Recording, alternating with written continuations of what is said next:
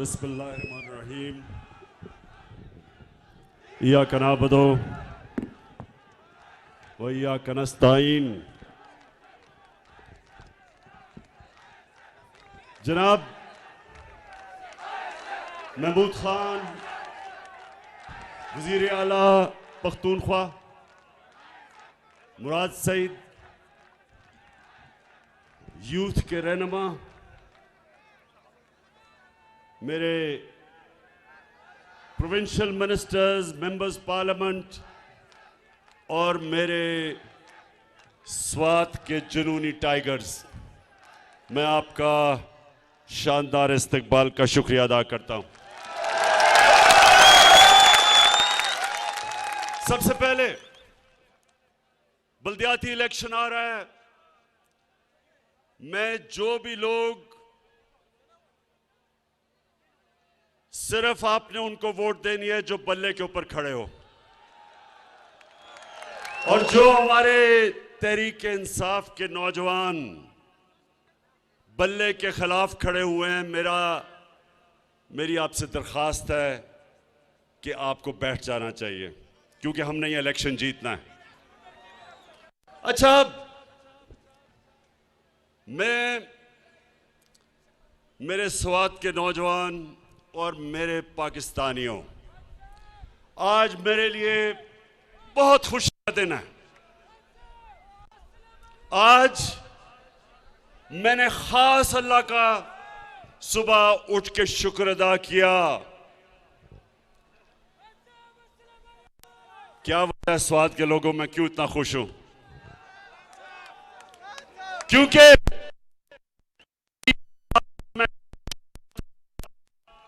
मैं और मेरी टीम, पाकिस्तान का फॉरेन ऑफिस, मेरा फॉरेन मिनिस्टर शाह महमूद कुरैशी, हमारा यूनाइटेड नेशंस में एम्बेसडर मुनीर अकरम, 3 साल से हम कोशिश कर रहे थे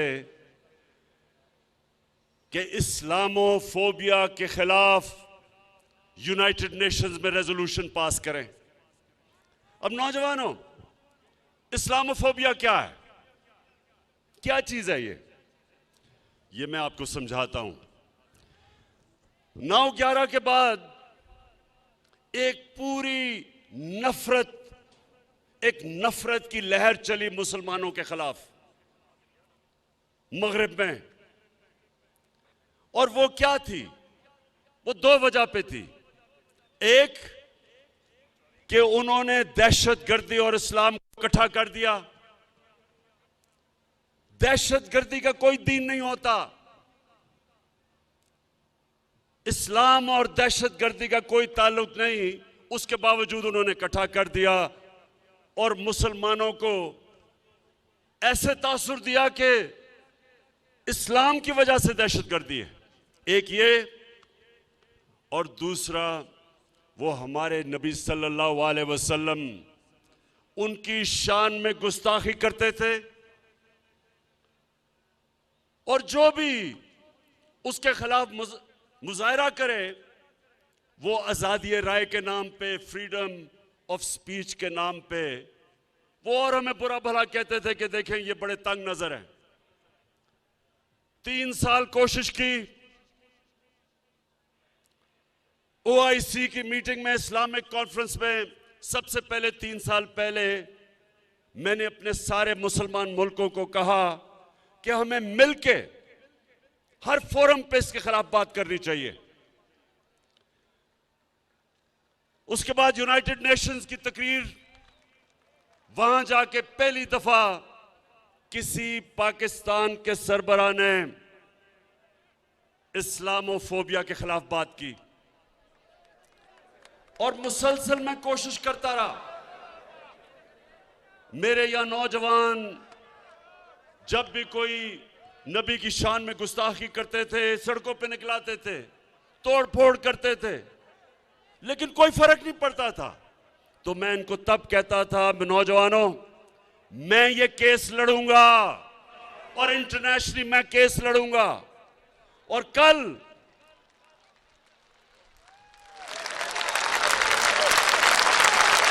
और अल्लाह का करम है, कि कल ये फैसला हुआ, यूनाइटेड नेशंस की रेजोल्यूशन हुई, 57 मुसलमान मुल्कों ने मिलकर पेश की पाकिस्तान की रेजोल्यूशन इस्लामोफोबिया के खिलाफ। सुबह से सारी मुसलमान दुनिया से मुझे मुबारकें मिल रही हैं।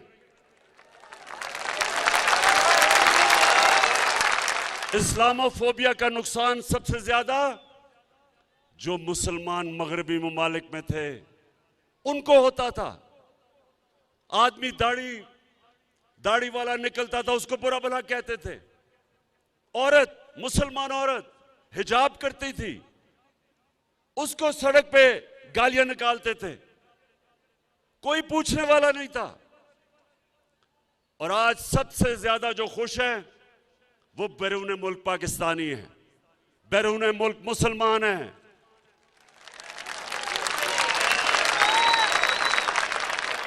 हिंदुस्तान में आज कल हिंदुस्तान में कर्नाटका की अदालत ने फैसला किया कि मुसलमान लड़कियां हिजाब नहीं कर सकती। इसको इस्लामोफोबिया कहते हैं कि मुसलमान लड़कियों को हिजाब करने से अदालत ने मना कर दिया, क्योंकि वहां एक तासुब वाली, तंग नजर वाली आरएसएस की हुकूमत जो इस्लाम के खिलाफ है, मुसलमानों के दुश्मन है, अदालत ने यह फैसला कर दिया कि औरत अपने सर पे चादर नहीं ले सकती। यानी औरतें कपड़े उतार तो सकती हैं लेकिन कपड़े पहन नहीं ज्यादा सकती। ये है इस्लामोफोबिया।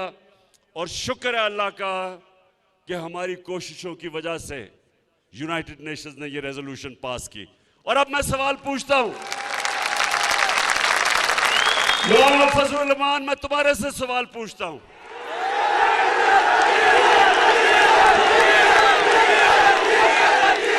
गलती हो गई, सॉरी, मौलाना नहीं फजलुर रहमान, क्योंकि मौलाना आलमे दीन की मैं इज्जत करता हूं। तो मैं फजलुर रहमान से पूछता हूं कि 30 साल से हर हुकूमत में आप शामिल हुए हैं, दीन के नाम पे सियासत करते हैं। मैं आपसे पूछता हूं कि कभी आपने किसी मगरबी रहनुमा के मुंह से एक लफ्ज भी निकाला इस्लामोफोबिया के खिलाफ, बल्कि किसी से बात भी की? जब हमारे मदरसों के बच्चों को आप निकालते हैं इमरान खान के खिलाफ, तो उनको क्या कहते हैं कि ये यहूदी लॉबी है। तो शर्म आनी चाहिए कि जिसको यहूदी कहते थे उसने वो काम किया है जो आपने आज तक 30 साल में नहीं कर सके। पाकिस्तानियों, ये 1973 के बाद 1973 में पाकिस्तान की असेंबली ने फैसला किया था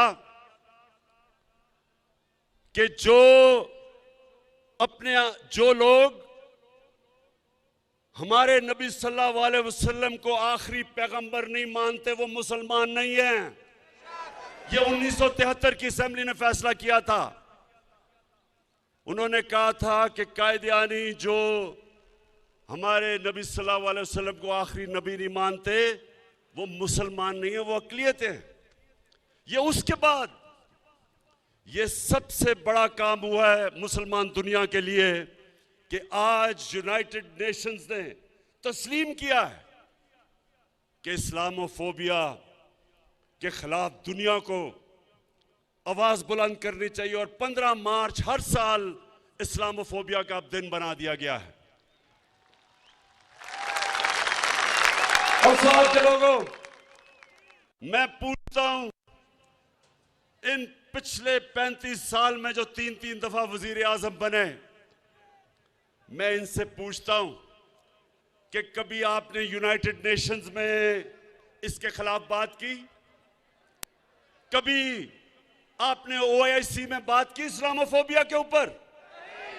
और खास तौर पे नवाज शरीफ, जब आप पर्चियां पकड़ के अमेरिकी सदर के सामने बैठे हुए थे तो एक पर्ची इस्लामोफोबिया की भी पकड़ लेनी थी, एक कश्मीर की भी पर्ची पकड़ लेनी थी।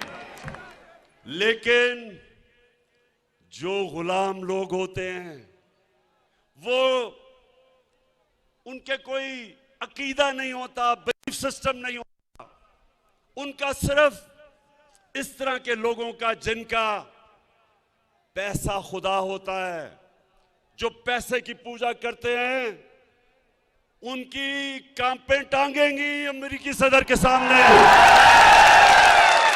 इंसान को, स्वाद के लोगों, ला इलाहा इल्लल्लाह इंसान को आजाद करता है। जब आप ये फैसला करते हैं कि अल्लाह तेरे सिवा किसी के सामने नहीं झुकूंगा, आजाद हो जाता है इंसान। हमने, मेरे साथ जो चले थे 25 साल पहले, हमने अपनी तहरीक इंसाफ का नस्बुल ऐन रखा था, इय्याका नअबुदु व इय्याका नस्तईन, कि अल्लाह तेरी इबादत करते हैं और सिर्फ तेरे से मदद मांगते हैं। इसलिए इमरान खान अमेरिकी सदर हो या दुनिया का जो भी सदर हो, उसके सामने आंख में आंख डाल के बात करता है, झुकता नहीं है, पर्चा नहीं पकड़ता। क्योंकि अल्लाह के सिवा कोई खुदा नहीं है। नौजवानों, कोई खुदा नहीं है अल्लाह के सिवा। हमारे मुल्क में जब 2008 से लेके 2018 तक ये दो जमातों, पीपल्स पार्टी और नून लीग जब इक्तदार में थे, 400 ड्रोन हमले हुए पाकिस्तान पे, 400।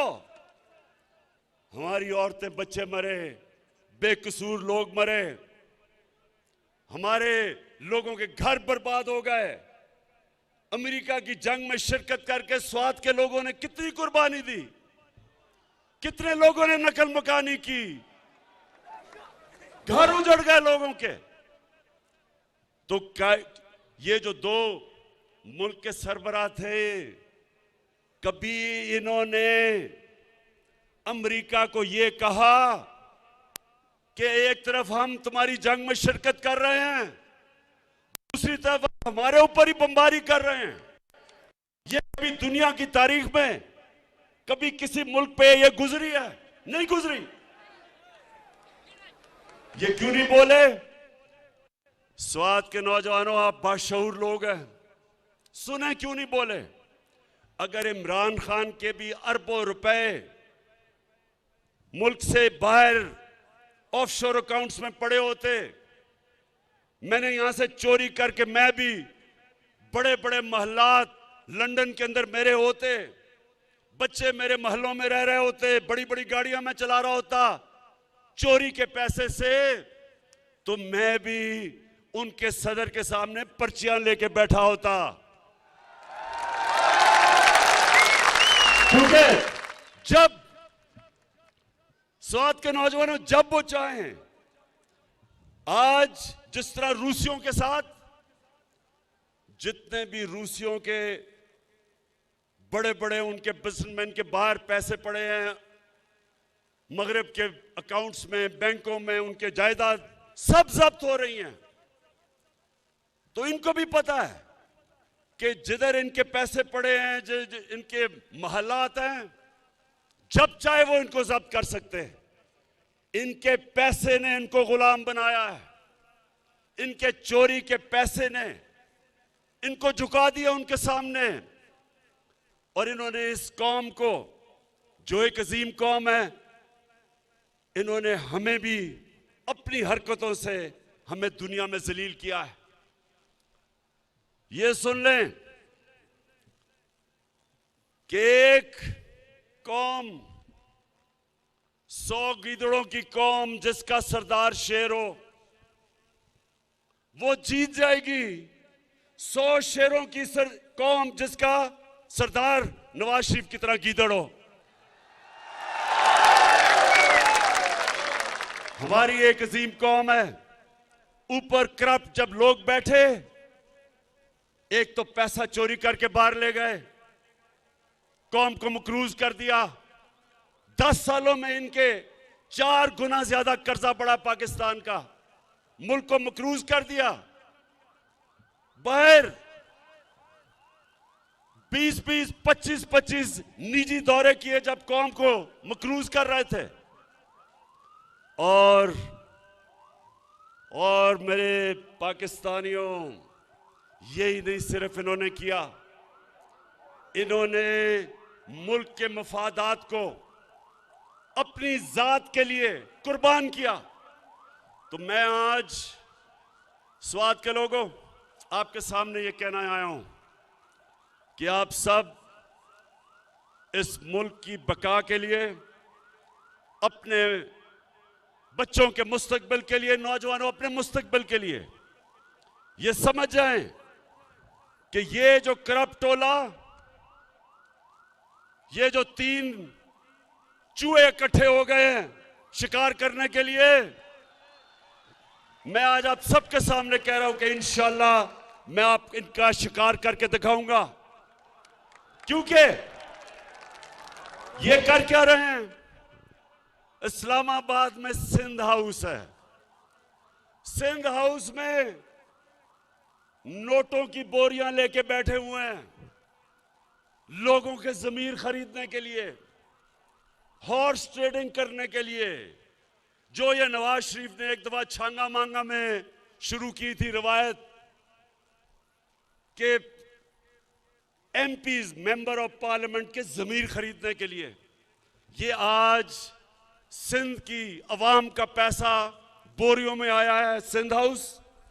उधर से सिंध से गार्ड लेके आए हैं उसको बचाने के लिए कि कोई अंदर ना आ जाए। और क्या कोशिश हो रही है? सारी दुनिया के सामने बेशर्मी से कि हमारे एमएनएस को खरीदने आए हैं। और खरीदने इसलिए आए हैं कि इनको सब डर लगा हुआ है कि इनके करप्शन के केसेस तैयार हैं, और अगर इमरान खान थोड़ी देर और रह गया तो इन सब ने जेलों में जाना है।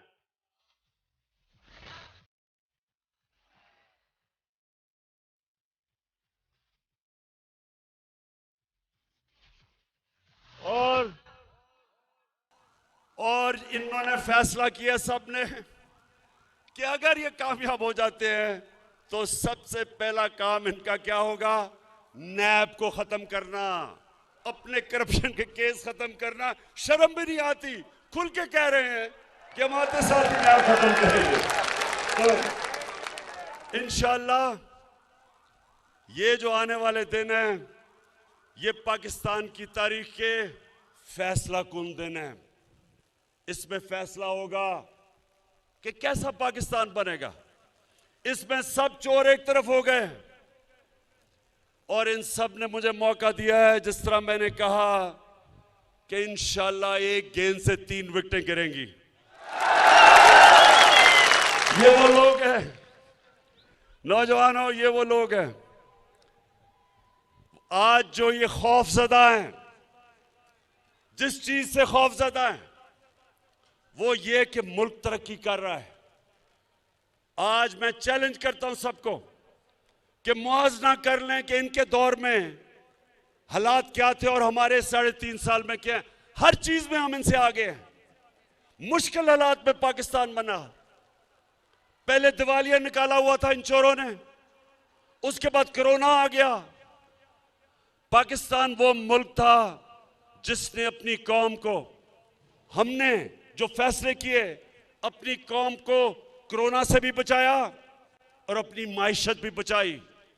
दुनिया ये मानती है, दुनिया किस तरफ जा रही थी, हमने दुनिया के मुखालिफ फैसले किए और आज दुनिया कहती है कि जो पाकिस्तान ने अपने लोगों को कोरोना से बचाने के लिए फैसले किए थे वो सबसे बेहतरीन थे और हमें मानती है दुनिया। हमने उस दौर में एक्सपोर्ट्स पाकिस्तान की तारीख की रिकॉर्ड की, सबसे ज्यादा टैक्स पाकिस्तान का इकट्ठा किया। उस टैक्स से 10-10 रुपए हमने पेट्रोल और डीजल कम किया, 5 रुपए यूनिट बिजली कम की। हमारी टेक्सटाइल की रिकॉर्ड एक्सपोर्ट्स, इस मुल्क के अंदर कभी इतना ज्यादा ज़राअत के अंदर पैसा नहीं आया। गंदम की रिकॉर्ड, मकई रिकॉर्ड, चावल की रिकॉर्ड फसल। वो मुल्क जिसके जो ज़राअत का मुल्क था, पहली दफा किसानों को इस तरह का पैसा मिला। आईटी, जो नौजवानों का जो मुस्तकबिल है, रिकॉर्ड आईटी की एक्सपोर्ट्स की। मैं चैलेंज करता हूं, हर चीज में हम इनसे आगे हैं।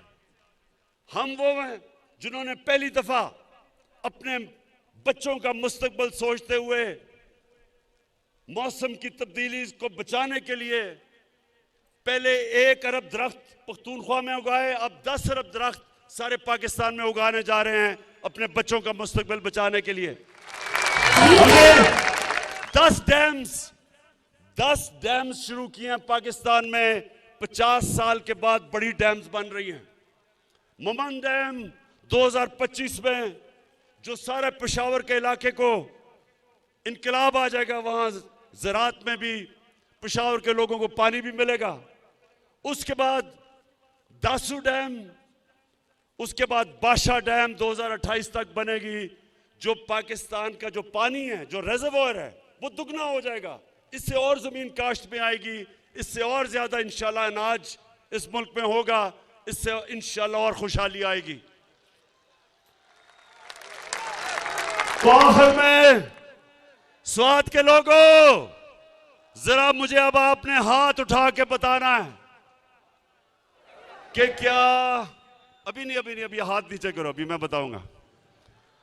क्या आप तैयार हैं कि एक गेंद से मैं 3 विकेटें गिराऊं? और ये जो लोग हैं,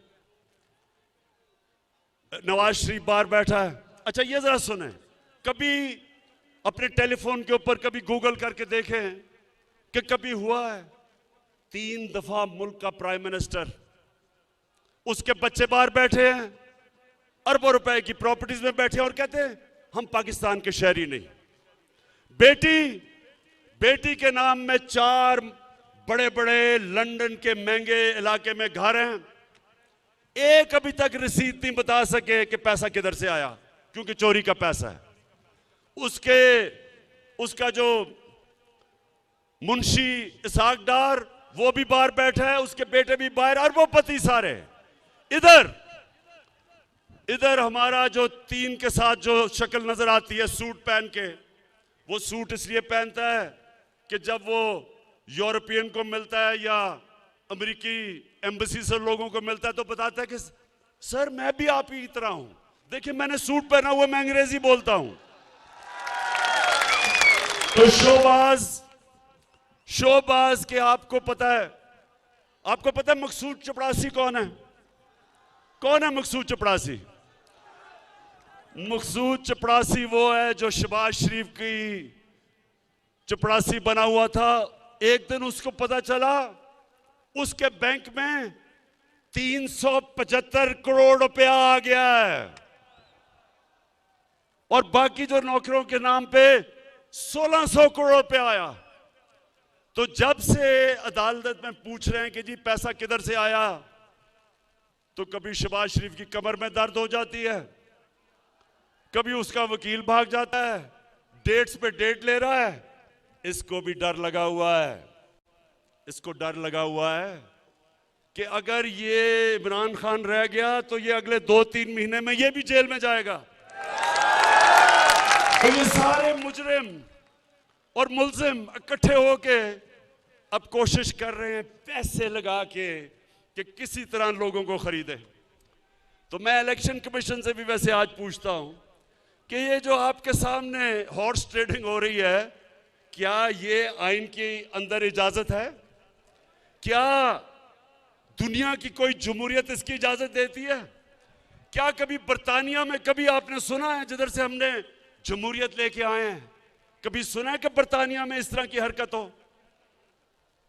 तो इससे क्या साबित होता है?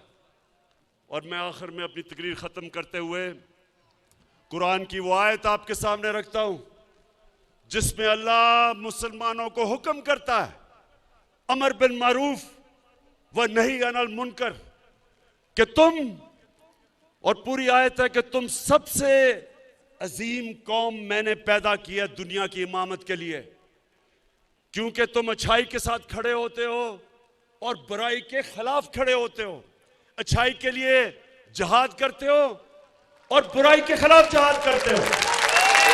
जब ये तमाशा देखते हैं कि चोरी के पैसे से सियासतदानों को खरीदा जा रहा है, 20-20 करोड़ आपने उनके जमीर की कीमत लगा दी है, तो कौम के ऊपर लाजम हो जाता है कि कौम इसके खिलाफ खड़ी हो। लिहाजा 27 तारीख को जो मैंने इस्लामाबाद में इंसानों के समुंदर को दावत दी है, उसको इस कुरान की आयत के ऊपर दावत दी है, अमर बिल मारूफ। मैं चाहता हूं मेरी कौम निकले और इस्लामाबाद में पहुंच के बताए दुनिया को कि हम सच के साथ खड़े हैं, हम अच्छाई के साथ खड़े हैं, हम इन चोरों के खिलाफ खड़े हैं, हम इन डाकुओं के खिलाफ खड़े हैं, हम इन मुनाफिकों के खिलाफ खड़े हैं, हम इन अमेरिका के गुलामों के खिलाफ खड़े हैं। पाकिस्तान पाइंदाबाद।